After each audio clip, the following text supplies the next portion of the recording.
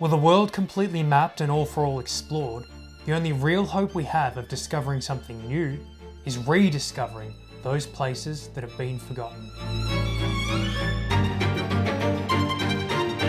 Just like a middle child, these cities have all but been neglected. Maybe because of a bad reputation that they cannot seem to shake.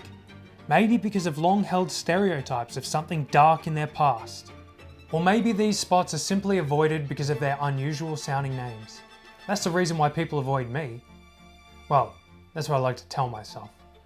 It's probably just my personality. These places are worth a chance. Some I think are worth seeing over well-known popular places. They can be an acquired taste, but if you like things that are a bit odd and on edge, then aren't you in the right place, because I'm a bit odd and on edge. So let's rediscover the forgotten cities of Europe. First up, Bratislava. That name doesn't at all sound like an evil empire, does it?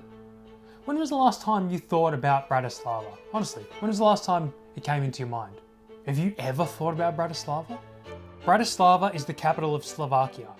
Less than 100 kilometers from the very popular and wealthy Vienna, it is a great contrast. A curious place to see, with a medieval city centre, cosy laneways and colourful buildings. It's a really interesting place to explore.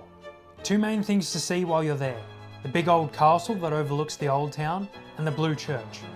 Do I really need to explain what the Blue Church is? Okay, I'll explain. So it's this church, right? And it's blue. It's a blue church, hence the name Blue Church. It's painted in the colour blue, and inside it's blue. Next, Ljubljana.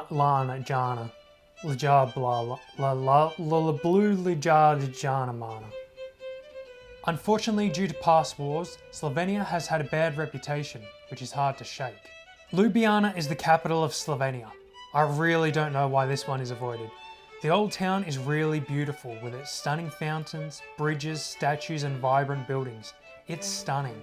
Its city centre is alive with atmosphere with food markets and buskers. I don't get it. The edge of the city may be in decay, but I think it adds to its charm.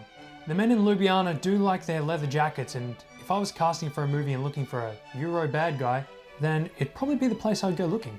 But honestly, they are so welcoming to tourists. If you're making your way from Italy to Croatia or vice versa, give it a chance. I think it has a lot to offer. Make sure to climb the hill up to the top of the castle. You won't miss it. It also offers beautiful nature. I'm sure you've heard of Lake Bled. That's where it is. You may need to navigate local buses, but the locals are more than happy to help.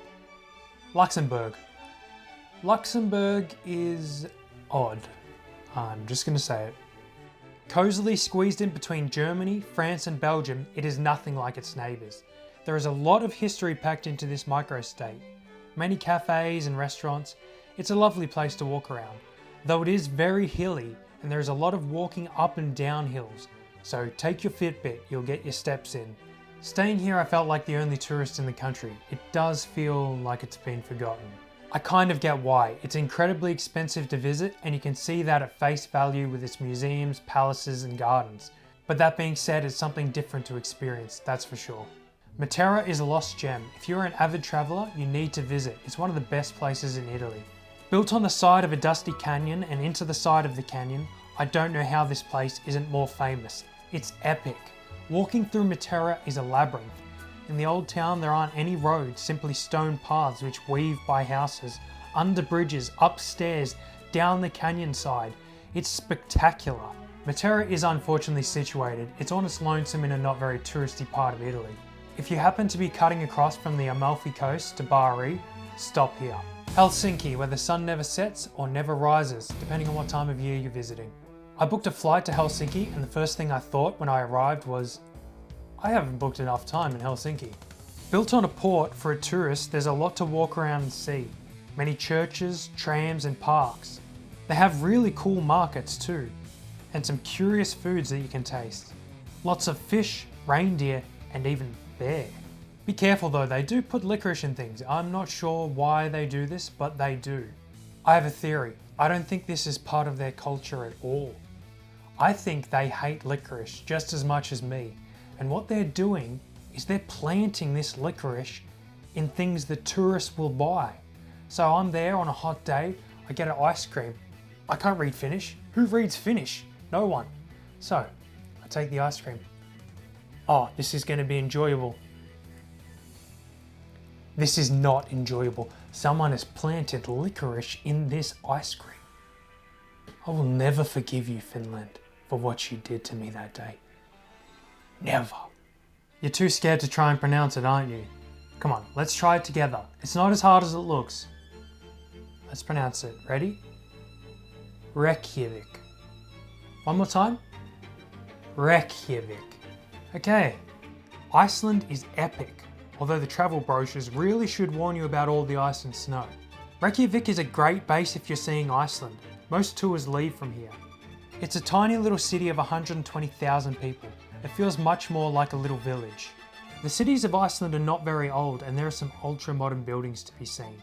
Be sure to check out Reykjavik Cathedral. There's no other church like it. If you've never been to a winter destination, put this at the top of the list.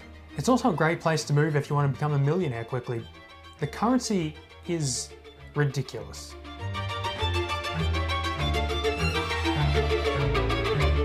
I feel like I've forgotten some places, but I can't remember to remember. If you ever have time, I really wouldn't forget these places. It can be a real adventure going to the unknown. If they're not on the top of your list, just remember that if there's ever an alien invasion, which is inevitable, remember these places. You'd never see the likes of an alien invasion on somewhere like Bratislava now, would you? No, they're going to hit popular places like New York and London. So, you'll be safe there. Don't forget to like and subscribe so that I can get my little kick of dopamine that gets me through the day. There's also many traditional... I feel like I'm going to vomit. You're getting your Slovenias and Slovakias mixed up, Darius. So what, Darius?